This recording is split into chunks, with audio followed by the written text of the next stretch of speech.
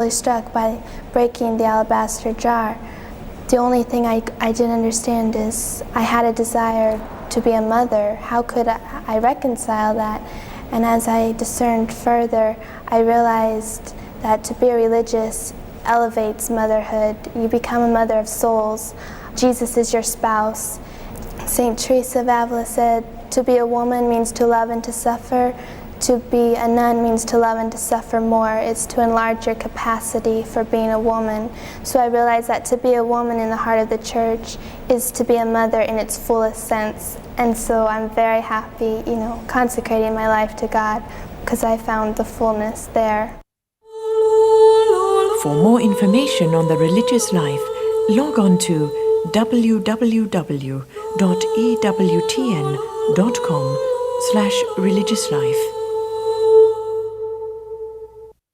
The wisdom of Mother Angelica. I went to Las Vegas years and years ago for one of these cable shows. And I was shocked to see all these old ladies in their 70s and 80s getting off that plane, running for a slot machine.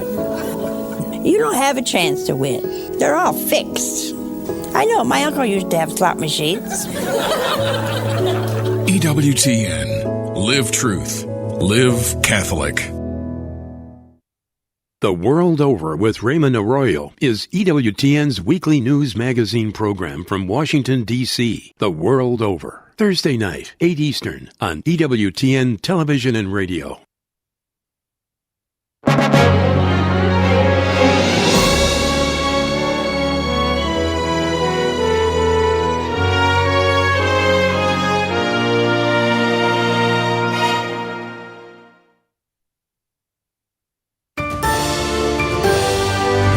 With your EWTN News Link, I'm Brian Patrick. The Catholic University of America plans to return a portion of the tuition some students have paid for the upcoming semester. University President John Garvey says developments in public health conditions over the past few weeks have forced us to conclude it is simply too early to bring everyone back to campus. A letter signed by dozens of authors, scholars, and leaders appeals the removal of American Catholic author Flannery O'Connor's name from a residence hall at Maryland's Loyola University. The letter defends O'Connor's work and asks the university to reconsider its decision. National Security Advisor Robert O'Brien returns to work after recovering from COVID-19. The National Security Council says O'Brien has resumed his meetings with President Trump after being cleared by doctors. During his quarantine, O'Brien continued to work remotely. For more news from a Catholic perspective, visit EWTNnews.com. Take Two with Jerry and Debbie starts now.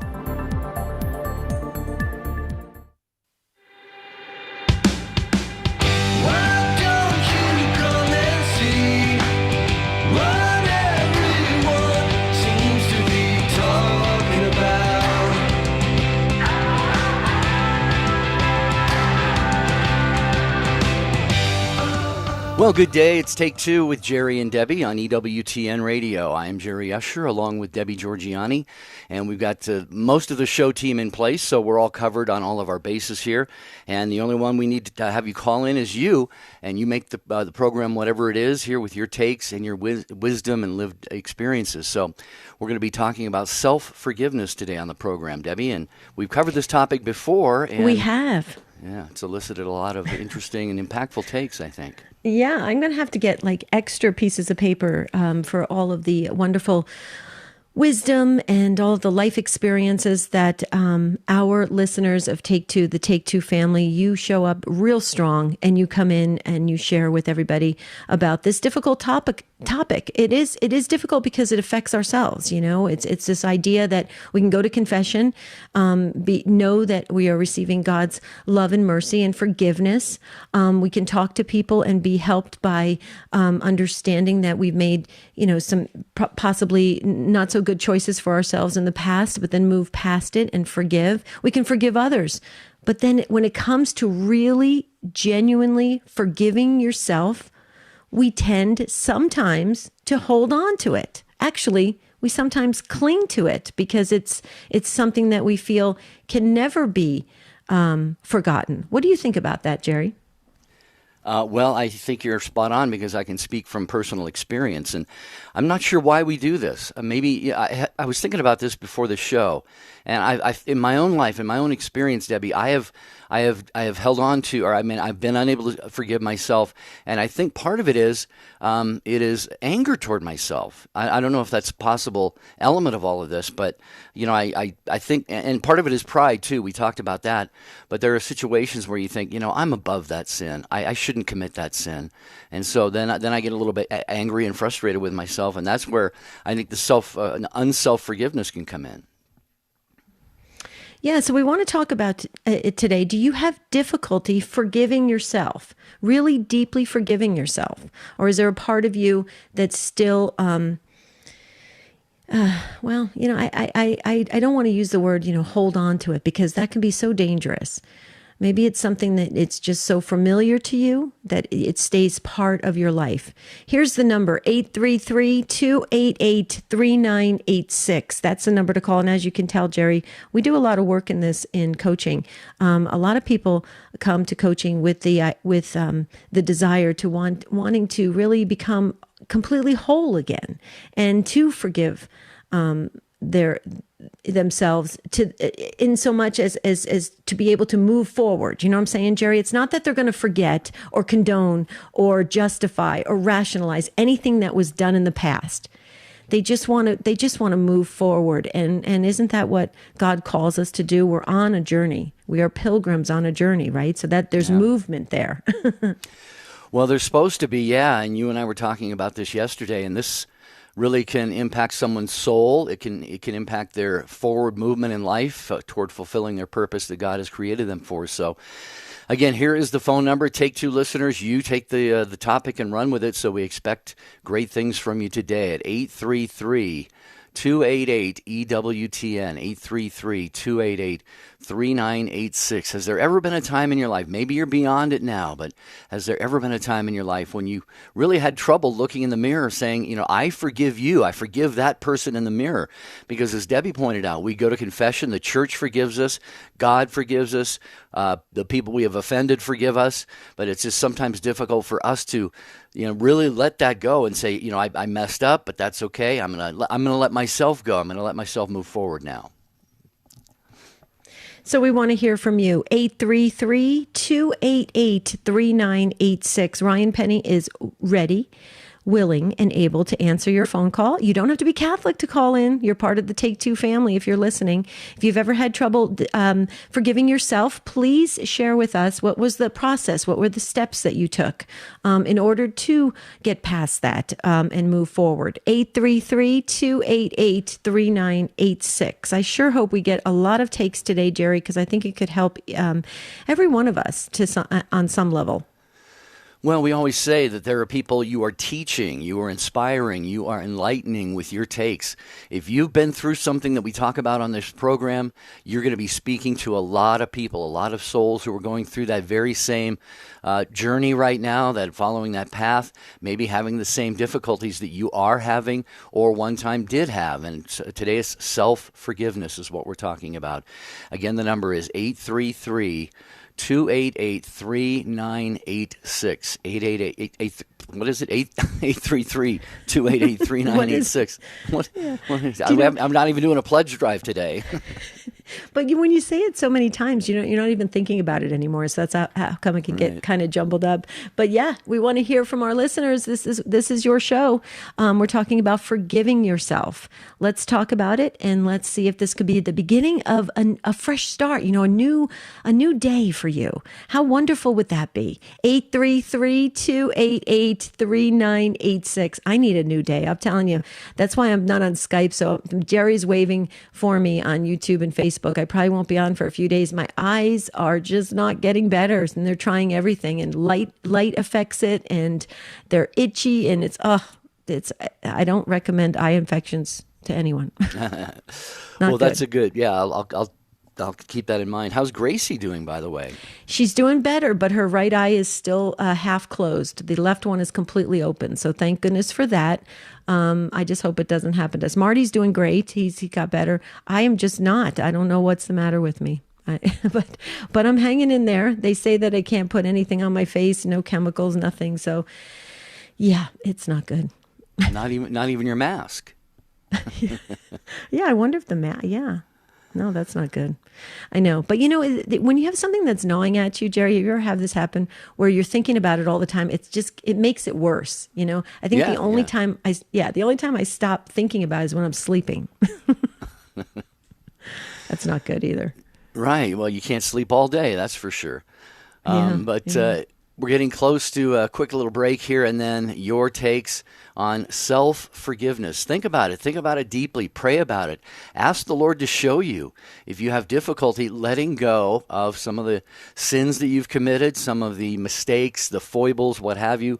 We all maybe struggle with this at times. I have, I know. Debbie likely has, and all of us. But forgiving yourself sets you free to go on that path forward where God is calling you. So let's get those other phone lines filled up here at 833-288-3986. This is Take Two with Jerry and Debbie on EWTN Radio.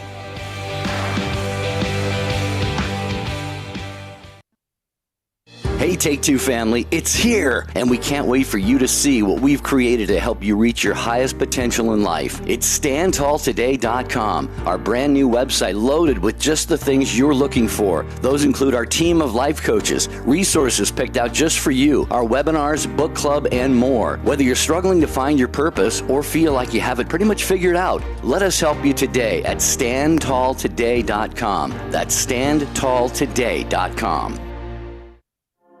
I just had to share one particular way God's blessing me through this. We human beings tend to live in constant forward motion, especially in the Western world. We presume everything is stable, secure, and we just go, go, go. And there's a beauty about American culture that embodies that ideal of going and conquering and moving. But the flip side of that is we can overlook some of the most important things in life. And for me personally, this mandatory Sabbath that God is letting happen to the world right now, where we might be busy, but it's also an imposed sit down, shut up, stop presuming that all your plans are going to pan out exactly as you want. It mandates that we focus in the moment, and there's an incredible grace in that. I found myself taking walks with my kids every day. I didn't do that before, but you know what? I want to learn from this time so that when this is over and we're looking back at it, I keep doing those things, because this is the stuff that makes life beautiful. Don't overlook it in this time. For more, text Chris at 44144. This is Chris Stefanik on EWTN Radio.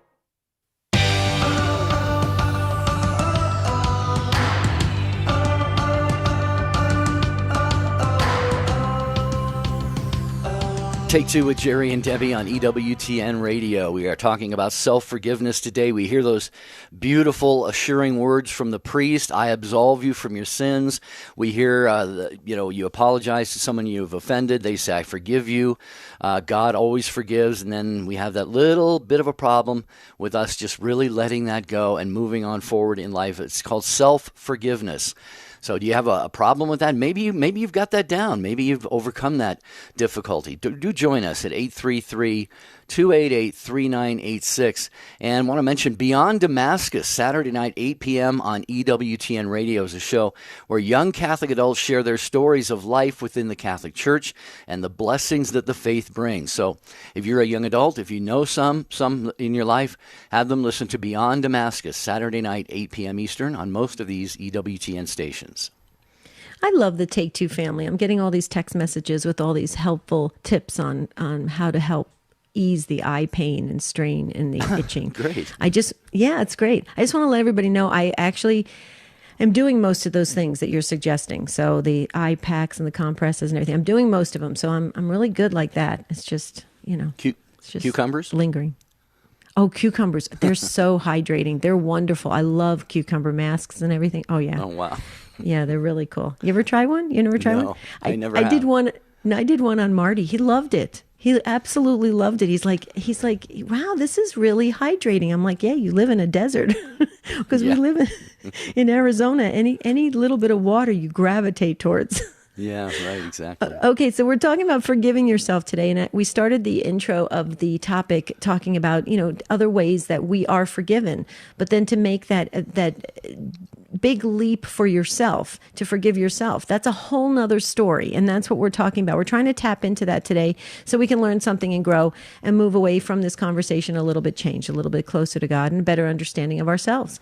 So if you could help us, if there's something, if you feel prompted by the Spirit, if you think there's something you could impart that could really help us grow in that area, then please do call in. Don't wait till the very last minute at 833-288-3986, just like Bill did in Kentucky. And Bill is listening. Is it Meade County Catholic Radio, Bill? Welcome. Yes, that is correct. Hello, Bill. Welcome to the program. Hello. Yeah, we're here. Go right ahead, Bill. Yes, yes, it's through Meade County Radio. That's correct. Very good. Well, you're a first-time caller, and you picked the show on self-forgiveness to do just that. So what would you like to share, Bill? I was just stating earlier that we all have things that we regret in our lives, but I think each morning you can make the choice. So to speak, you don't have to pack that. You don't have to carry around that baggage. You can choose what you want. You can. We all have, like, say, a briefcase or a suitcase or something, and we can choose what we put in it and carry it around with us that day. And you can make the decision to say, you know what, I choose not to bring that regret with me today. I'm not going to beat myself up over something that I did in the past, something I regret. Certainly you want to learn from it and try not to make that mistake again, but at the same time, you can choose not to pack that emotional baggage with you today. And that's all I really wanted to say. Well, Bill, that is a really good decision to make, an intentional decision to shelve that, to choose not to carry that emotional baggage. The unfortunate thing is, tell me if this has happened to you, Bill and Jerry, that sounds good, okay, and that's a wonderful step, right? But what happens when somebody comes into your view that you encounter on a regular basis, and they mention something that triggers that past or that decision that you made that wasn't a good decision in your life or something like that? Does everything come flooding back? Like, sometimes I know that in marriages, it's really, you can really hit those hot buttons by saying what somebody did when they were much younger, and that just puts them right back in that place.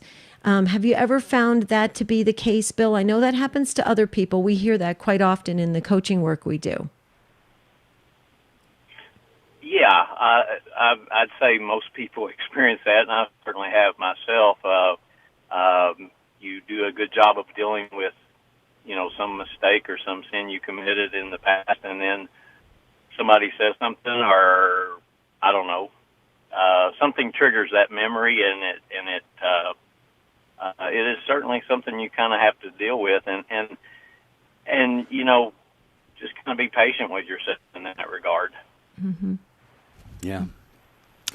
Yeah, I think what both of you were saying it strikes me as so true.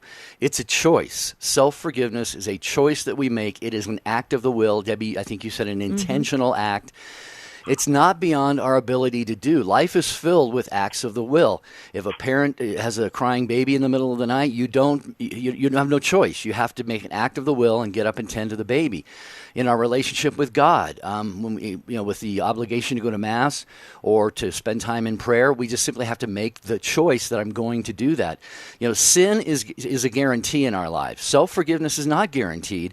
It has to come from our will, and sometimes it takes a few efforts to make that, to get us to the point where we really feel like we have been forgiven by ourselves. Mm-hmm. So. Mm-hmm. The one other thing I just would like to add is that I think when we have those encounters with somebody that it does remind us of our past, I think it's really important to make a statement that confirms and affirms where you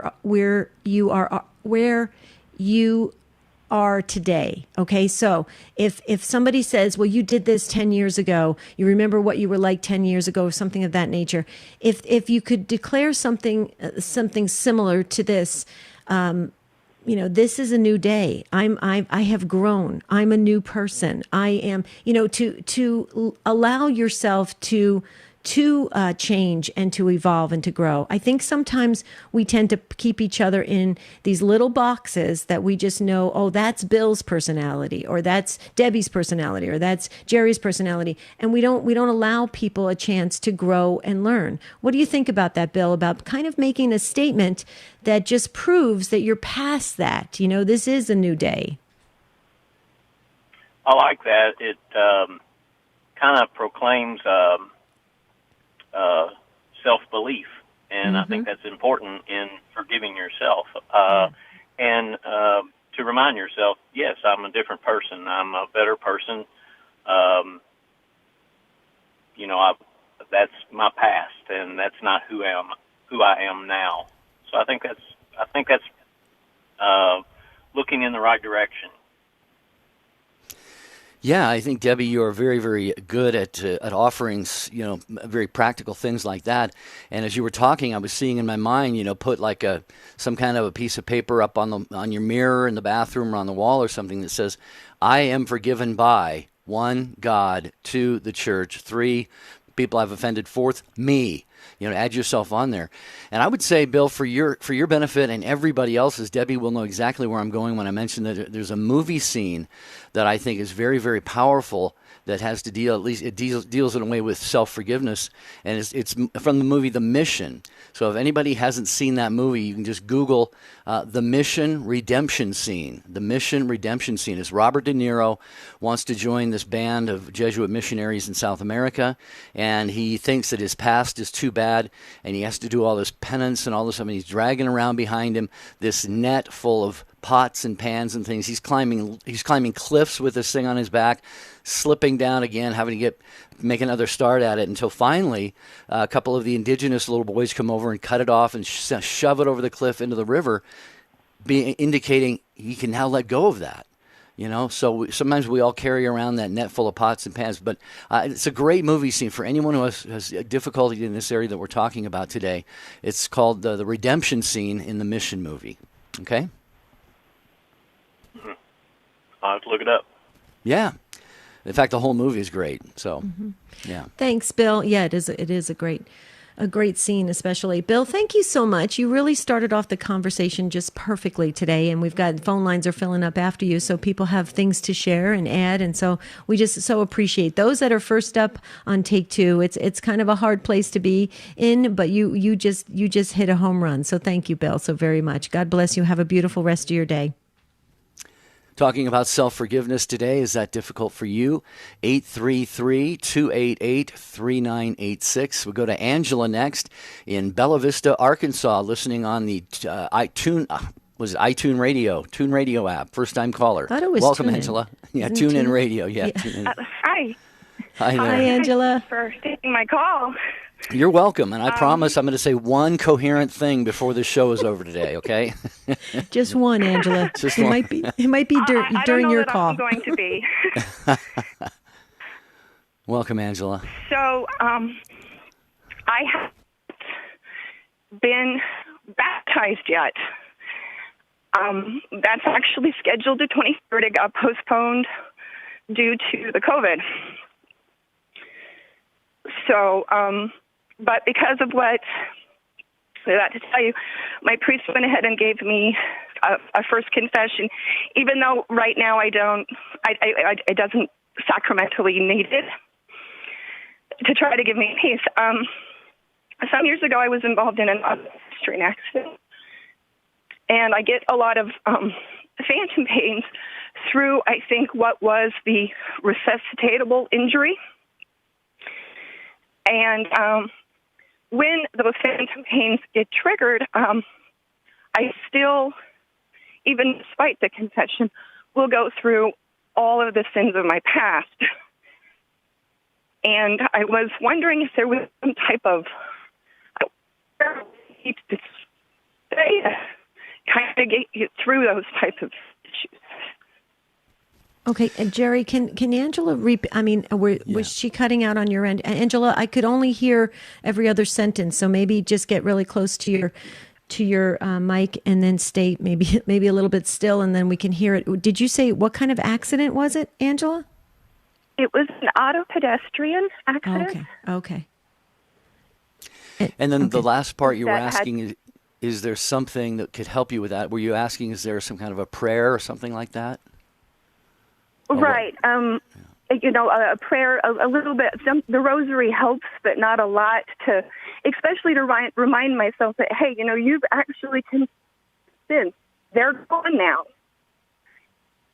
You don't need to keep reliving them, particularly when I'm already incredibly uncomfortable and struggling with pain. That's where I'm in a hard time getting past that point. May I ask a quick question? Angela, were you the person that was hit by the car? Yes. Okay. I just want to make sure. Okay, so you survived, and now you're having these phantom pains that are triggering a lot of things in that are happening, and so this is affecting your review that you do of your life, right? So you keep going back to all these other sins. Okay, got it. All right, now I got it. Go ahead, Jerry. Why don't you comment first, because I've got a couple things, but we may need to have Angela stay with us through the break. Yeah, well, what came to my mind, first of all, Angela, and we're so sorry that you have this continuing pain, the phantom pain. I know a couple other people in my life who say that they have phantom pain as well, and it's got to be just really awful. I mean, for those who aren't aware of what that is, it's like if you lose a limb or something, you have pain in that. You don't have the limb, but the pain is as if you do.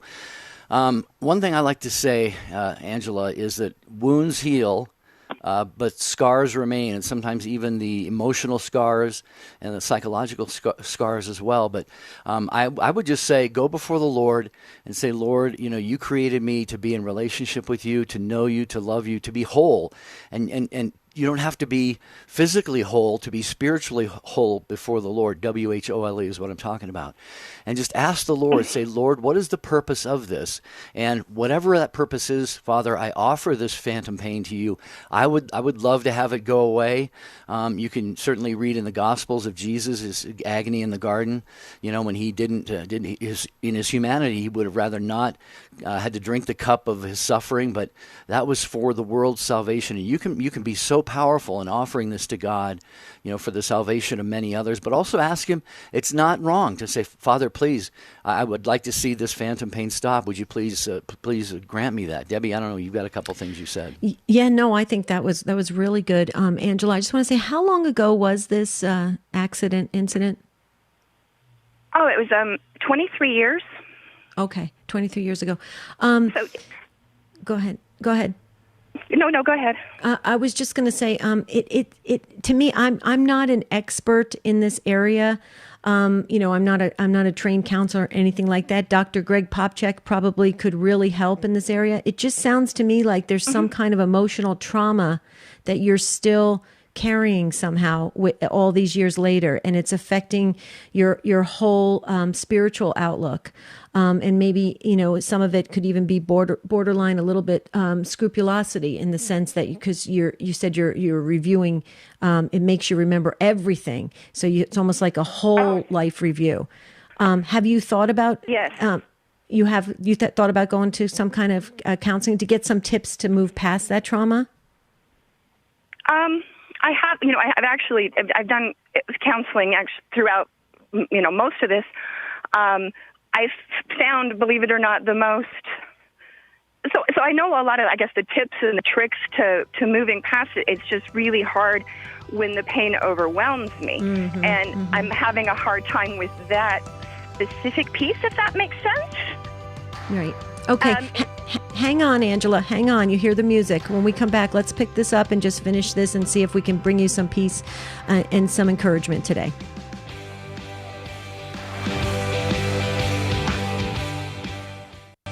Dr. Ray Garindi. Be grateful that you came to the faith when you did. Let the children see what mom is like now compared to how they were raised before mom or dad came to the faith. The leading Catholic voices are on EWTN Radio. Want the latest pro-life news? Want it delivered? Sign up. It's free. EWTN Pro-Life Weekly, your source for everything happening now in the fight to protect the sanctity of human life.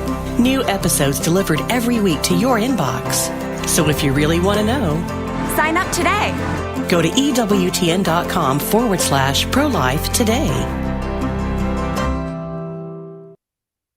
60 Seconds with Archbishop Fulton J. Sheen. The Eucharist is the greatest of all the sacraments because it contains in a substantial way the person of Christ, who is the author of life. It is the one sacrament to which all of the other sacraments look. Imagine 6 arrows in a circle, all pointing to a center. The center is the Eucharist. The 6 arrows are the other sacraments.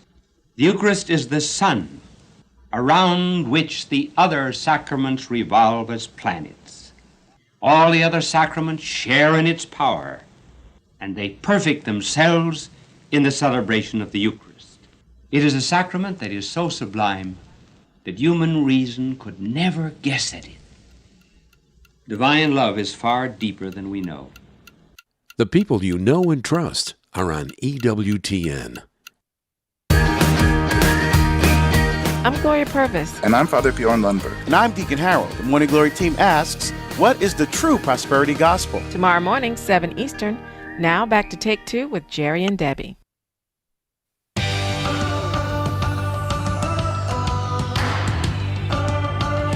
We're talking about forgiving yourself today on Take Two with Jerry and Debbie, and we're speaking with Angela in Arkansas, and we're talking about her specific situation of going through this accident and it kind of resurrecting in her spiritual life. And Angela, we have a couple questions over the break that came in from some of our Take Two family. They think they may be able to impart some some helpful skills, if you will, to maybe move forward. And they just wanted to know, is it the pains that you're feeling, are they feelings, is the pain real, like overwhelming physical, or are there elements of guilt in there? Are there elements of shame of past sins? They just wanted a little clarification because first of all, they want to know what to pray for, and second, they may offer some assistance.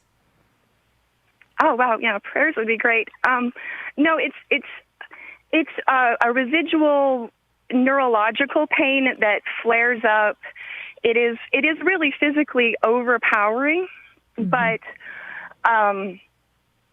once that happens is when I have a hard time. Once I get overwhelmed with the pain is when I have a hard time saying, hey, no, those are stuff you can fast. We don't need to worry about this anymore. But it's also really hard to do anything complicated to try to soothe it. And that's where I'm struggling. Okay, so a couple things then this is perfect because we are getting wonderful text messages in for you because everybody cares. This is the beauty of the Take Two family. And Jerry, tell me if you would agree with this. So Angela, a couple things. You're doing all the right things. You're with a priest that you trust. He's getting you to that baptism date that you said that it's coming up. So that's going to be a really wonderful time and a time of graces and spiritual growth in you, which is going to be fabulous. The other thing too is some folks are suggesting really getting into some Gregorian chant or some really good really good meditation. There's wonderful Catholic meditations, wonderful, that just really it just settles the body, settles the mind. It allows you to get through those overwhelming moments, whether they're physical storms, emotional, mental, spiritual, whatever. It really does help. The rosary does as well. It lowers the heart rate. It completely gets people really settled. And the rosary is fabulous. It's very powerful. And adoration. And I know right now with churches being closed, sometimes adoration will be hard to get to a chapel or a church. But even if you do the online real-time adoration, and I know EWTN has adoration as well on EWTN television at times. So anything like that can help you get clarity. And also, I would highly recommend if you can get any icons of any any wonderful spiritual images of, Jesus, the Last Suppers, anything serving, Jesus's ministry life, the Blessed Mother, the Holy Family, any icons you can get, even if you pull them up online, but even if you could just have them blessed, if you have an actual icon for your home, have them blessed, and then also meditate upon the icon as well. It has it speaks a spiritual truth, Angela, and it also is very transformative in the spiritual life. I can't stress it enough. I'm a big person on icons. I said a lot there, but I'm sorry, Jerry. Sorry I was hogging. I had to get it all in, plus read the text messages. What do you think, Angela? No, those are great. Those sound great. They're all like easy to do, not something that was going to involve a lot of thought when I am having a hard time thinking. Right. Yeah, right. No, that's great advice. Good. Okay, so try that, and then good. And then also our facilitator, Gigi, for Inspired by Faith Book Club, she just invited you to the book club if you wanted to join the book club. All you have to do is go to the Facebook page, Inspired by Faith, or you can go to standtalltoday.com and click on the book tab. But they're starting Angels and Demons, and she just thought it would be so beautiful because your name is Angela. What do you think? Oh. Thank you so much. Yeah. I appreciate it. Thank you. Well, we appreciate your call, and you will be in our prayers and the prayers of the entire Take Two with Jerry and Debbie family around the world. That includes a lot of people, Angela. So by all means, know that Thank you. Yeah, you've got a lot of prayer support. You're a strong, beautiful soul, and we are definitely with you in this. So thank you for calling the program. We appreciate it.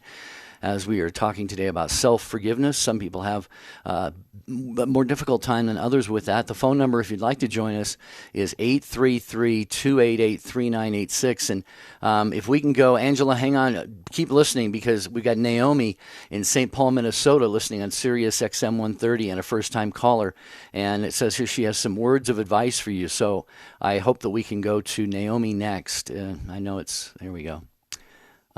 There's Naomi in St. Paul, Minnesota. Thank you, show team. You guys are on top of everything. Hi, Naomi. Welcome. Hi. Can you hear me? Just fine, yeah. Okay. I just wanted to bring forth that I had listened to a talk by Father Chad Ripperger, who was talking about angels and demons, and he said specifically that we should pray to our guardian angels and ask them to block memories of things like past sins if we're being tempted by scrupulosity or other things that are just negative messages for us, that our guardian angels have full power to block them from our memory. So if Angela is having trouble at these times with all the memories of her past sins coming back to her, it would be good for her to pray to her guardian angel to block those the images and messages and memories. Mm-hmm. And that's all I had to add. Well, Naomi, that is great. I sure hope Angela does get to listen and hear those great encouraging words of praying to your guardian angel. Absolutely, we move and we make our decisions, and we feel certain things by the images that we see in our heads. And you're absolutely correct. When you have a relationship and an awareness of your guardian angel, when you allow them to be part of your life and they can fully do their ministry work to help you get to heaven, that's what they're there for, is to really be that companion, to really to guard you and guide you in all your ways. To help block those negative images that come into our heads, but also to replace them with very God-given images that God wants us to visualize and to see and to manifest. And so there's a two-part there that really is helpful, because some people feel like if they pray to their guardian angel and those images don't go away, they think that maybe the guardian angel failed or wasn't able to. Sometimes the body is so strong, muscle memory and everything, the body's so strong, it'll go back to what it knows, and so it is also important to really ask the the guardian angels to illuminate our minds so that we can live that abundant life that God has in store for all of us. And so I couldn't agree with you more, Naomi. Thank you so much for sharing that. That was a great reminder and a great thing for all of us to know. And hopefully Angela will start using that today. Yep. Thanks, Naomi. Thank you. All right, God bless. Bye now. Bye, Naomi. And Debbie, you mentioned sacramentals, a number of them a few minutes ago, and I'm sure you mentioned holy water, but I want to go back to that because you and I have a good friend and a colleague in ministry, Adam Bly, who's a religious demonologist, and I'm not implying any demonic activity here on Angela's part or anything, but I have found it even in my own life when I have difficulty ridding myself of certain thoughts or I'm feeling certain things or whatever. Adam said, take a little holy water and bless different parts of your head, like touch it upon your eyes, your ears, and make a little sign of the cross with it on top of your head, because that's the area where we have these thoughts and these past things come to us, and we can just ask God to bless them with the holy water and relieve us of them. Absolutely. See, this is wonderful. We're learning and growing. Let's hear what Nancy has to say in Buffalo, New York, listening on the Station of the Cross, is a first-time caller. Hi, Nancy. Welcome. Hi, Debbie. Thank you. Hi, Jerry. Hi. Hi. My thoughts were just that, like you had mentioned, Jerry, about getting angry with yourself and being angry. Maybe that's this way I used to feel too sometimes, and then I realized it was more that I felt that I was forgiven, and I felt I could go on from that with strength from the Lord, my faith. And after confession, I felt fine, but then it was, I would think about the things I did that would have affected other people, my actions, my words, and that if they weren't in the same place where they felt the Lord and felt strong, and maybe I took them away from God in their life, that's what was bothering me, I think. So I made a habit of just saying a rosary that day for them, or just praying for them, and just so that I felt that the Lord, someone would be there. And everything you're saying, too, it really helps so much, but it's helped me a lot just to know that I can help other people that I might have affected the wrong way. Yeah, it's a beautiful, beautiful way to do that, Nancy, is to pray for them, pray a rosary or what have you for them. I think it was Saint Therese of Lisieux who said she used to pray to God for him to make right anything she had made wrong. So we can do that because God is outside of time and space. So he can, in a sense, go back to the moment of when we have wronged somebody, and he can kind of bring his healing into that situation and make right what we made wrong. This is a beautiful reality, Debbie, that I wish we realized more profoundly, because what a gift from God that he says, no matter when something happened, I'm willing to go there and make right anything that was made wrong there and bring healing to a situation. Right. And don't you think that's a really good use of our prayers? Like sometimes our prayers, we're not sure how they are applied or in what way, how are being beneficial. But this to bring healing, I think it brings delight to God when we want that, because we're in so many times when people do things, they want to forget it very quickly, and with that leaves the brokenness, and that somehow does have to be healed, whether it's here or in eternity, right? So this is I think it's a beautiful, healthy way to exercise a wonderful, powerful method of prayer to apply to others. Is that what you were sharing, right, Nancy? Exactly what I was sharing, and I think the biggest thing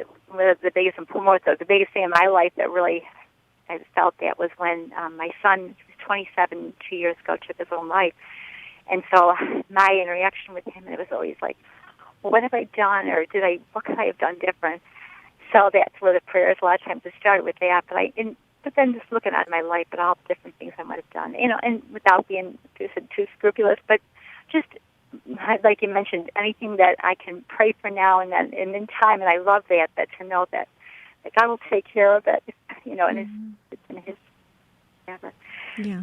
We're so sorry for the loss of your son, Nancy. I put your whole family in our book. You don't have to give any names or anything. We just know that we've got a really strong praying family, the Take Two family, and your family is being surrounded, and your son as well. That just breaks our hearts that he felt in that position to take his own life, but then also how that has an effect on everybody who's who's still here, his family, his friends, and that's tough. And so you're a strong lady, and just know prayers are around you. Well, thank you so much, Debbie. I really appreciate that. Oh, you're very welcome, Nancy. Thank you. Yep. Please know that you are being prayed for a lot, and we appreciate you joining us on the program today. Debbie, you mentioned Eucharistic adoration from EWTN earlier, and I just want to circle back on that for just a second, because it shows that we are never alone. Debbie, you always say we have our guardian angels, and we have Jesus who said, I will be with you always until the end of the age. And that being with you, being with us, takes a lot of different forms for Jesus. But one of the most beautiful ones is in, of course, the Blessed Sacrament, the Eucharist. And EWTN is streaming live Eucharistic adoration from the EWTN chapel right now. So if you want to visit EWTN.com/Catholicism/adoration, you will find that, and you can do your holy hour without even going to a church. Hopefully our churches will be open soon, but EWTN is helping to fill those gaps. Mm-hmm. Okay. Anna called back. We were praying, Anna, because you called earlier and then dropped off, but you called back from Melrose, Massachusetts. The Station of the Cross is the way you're listening, and you're a first-time caller. Welcome to Take Two, Anna. Thank you so much. So I'm calling because I've always been a Catholic all my life. I've always known God, but when I became a teenager, I strayed and I was lost for a while. And in my later teens, I got pregnant, not once, not consecutively, but around that time I got pregnant twice. And I had 2 abortions. And at the time, I knew it was bad, but not the way that I look at it now since I've built my relationship with God. So, I went to confession about it. I've spoke to nuns about it. They've assured me that I'm forgiven, but it's something that has always stuck with me, and I feel so guilty. And now I'm 43 years old, and throughout those times, I've learned to get closer to God. I've also had 6 kids, so I have a 24, a 19, a 15, a 13, a 9, and an 8-year-old that I've been blessed with. But after my 8-year-old, I got my tubes tied. And as I continue to bring my children to church every Sunday, we've done all the sacraments that we can possibly do. And I try to literally drown myself with everything that has to do with God, though I'm still continuing to change and have Him transform my life.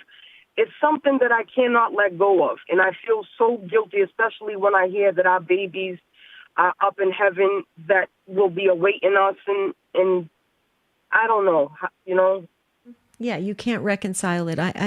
We hear this a lot, Anna, and it's a really tough journey, and that's why there are programs out there, and I know there's some right in your area that have very strong, vibrant chapters. If you've ever checked into them, Rachel's Vineyard or Project Rachel. Are you familiar with those different programs that really help get through the emotional kind of roller coaster after abortion, even if it's right away after the abortion or 20, 30 years later? Have you explored any of those programs? No, but my church was one time offering a women's retreat, for women who have had past abortions. And, at the time I just didn't have the monetary, assistance to be able to go and do it, but I would have loved to have done it.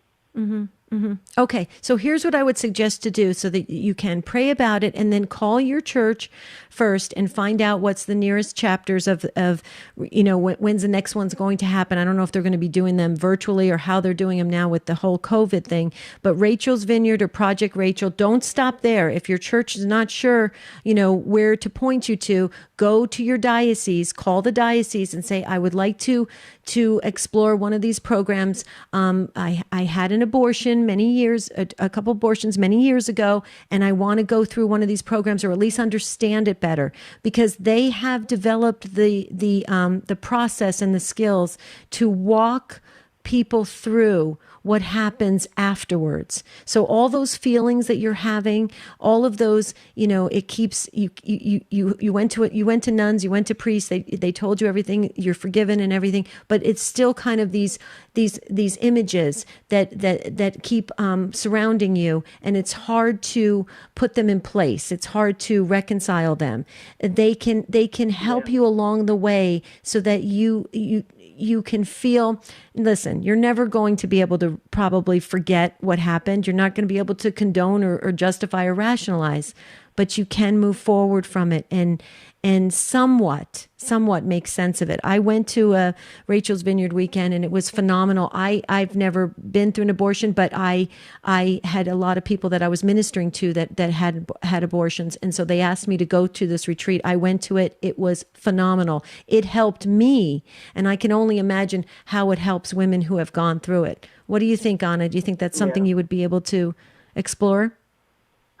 I would love to do something because, I just don't want anything that will stop me from continuing to grow, the way that the Lord would want me to grow in the name of his son, Jesus. So I'll take anything and everything. I'm thirsty for God. I'm starving for God. So I'll drink his blood and eat his flesh every day and all day. Wow, Anna, I'm sorry. You are truly a beautiful soul, and you've got a great understanding of God's love and how he loves us. You mentioned in the Blessed Sacrament. There are a lot of things here. You were young, you strayed from the faith. Maybe your conscience was not fully formed at the time, but you made a confession to a priest, I'm sure. So, a couple of practical things. Many people will name their babies through a miscarriage or even after an abortion. You can pray for them and pray to them, but you've shown your openness to life by you mentioned the litany of the other children that you have had. You have shown God you are open to life, and I would guess you always were, but again, that conscience, well, you said you knew it was wrong, but there was just something there that didn't quite stop you short of taking those actions. But now you have shown yourself to God to be someone who loves the gift of life, and he has blessed you with many other children. I think that's beautiful. He has. Yes, he has. Yeah. Well, Project Rachel is hopeafterabortion.org. I'm looking it up right now, and then there's Rachel's Vineyard. But check that out, Anna. And if you hit into any roadblocks you're not sure, just call your Station of the Cross. You listen to the Station of the Cross. Call them. Okay, they'll happily point you in the areas that you live in, where you could go the next steps to maybe go to one of these retreats or one of the programs, or even get it online. Okay. Definitely. I appreciate you guys so much, and God bless you. God bless you too, Anna. Thank you. God bless you too. Thank you so much. Yeah, you go with the prayers of the entire Take Two family, so thanks for joining us on Take Two with Jerry and Debbie. We're going to go next to Lavana, who is in Delphos, Kansas, listening on Divine Mercy Radio. Hi, Lavana. Welcome to Take Two. Hello, and thank you very much. And it's just amazing that you would be talking about this forgiving yourself topic. I have spent a lot of energy in that corner myself. I am an older person. I'm 75, and years ago when we prepared for confession, it was quite a bit different than it is now, and there was a lot of emphasis on what sins have you committed, how many times have you done them, and it was easy for me to develop I guess you would call it scrupulosity and dread hand in hand at the same time. And going forward with that, you would spend a lot of time, I even would write down my sins and the number of times, and then come out of the confessional and replay it. Like, okay, did I get this one? Did I forget that one? How did I confess this? And over the years, it was pretty much of a burden. Although at times when I would go to confession, immediately after confession, I felt very relieved and, I felt very light and like it was a good thing and I had benefited from it. But it didn't take long for these old things to start creeping back into my heart and my mind. And now that I'm old, it's been a process, and confession has morphed into more of a, I look at it as more of a going to the divine physician as the doctor, and you tell the doctor, what's all the matter with you, and then you listen to what his treatment that's going to be for that, and it just has become easier. Not all the time. I have a hard time saying, we're going to go to confession and just get myself in there. That's the main thing. Make sure I do it and pray to the Holy Spirit to be there with me, helping me confess properly. And yet and still, some of the things that the other callers have been saying, I think over time, I probably will always carry with me kind of a haunting, plaguing kind of thing with scars of guilt, and like we say at baptism, we get an indelible mark on our soul, and I think this whole experience, there have probably been some things on my soul that are like scars that will probably always be there. But with forgiveness, you don't necessarily forget. And at the same time, and going, it has become kind of a problem to go back, and I'll think of things that happened that I had not thought of for years. And I'm thinking, oh my gosh, did I confess that at all? Did I confess it in a way that didn't make me look quite so bad? Did it come to mind and I just made the decision, nope, I don't think I'm not going to confess that. All kinds of things. And I've brought this up in confession and talked with the priests, and the priests now have been much more healing, much more shepherding, which is wonderful. It almost seems like they're too lenient sometimes. LaVonna, for the sake of time, forgive me for jumping in for the sake of time. We are up against the clock. That's the one thing that Debbie and I don't like about this show is it is limited to time. But a couple of things I want to mention. I think this emphasizes the importance of the sacrament of confession, of reconciliation, of penance, because we hear Jesus through the priest saying, I absolve you. We have that certainty. And you mentioned wounds heal, but scars remain. And that is so true. And we can look upon those scars as maybe reminders to help us grow closer to God, not do those same things again, and also to be very, very grateful to God for his forgiveness and the gift of salvation. Debbie, I know you got some. Yes, real quickly. You're not alone. A lot of saints dealt with scrupulosity. Scrupulous Anonymous. It's a great website for you to get the necessary tools to keep moving forward. And the remedy, a lot of times for scrupulosity, is trust. Trust in God. And so that can always help others if just to always remember that. Jesus, we trust in you. Philip, Bobby, Paul, the others, we're so sorry we're not going to get to you. Please call again on the next show, especially when we're addressing forgiving oneself. Jerry, this was a great topic. Thank you all for your prayers and participation. Thanks to Michael and Ryan and all of the team at EWTN and affiliates for carrying the show. Tomorrow we're going to talk about, is there someone you've had to entrust entirely to God? That is coming up on the next Take Two with Jerry and Debbie. Until then, have a beautiful and blessed day.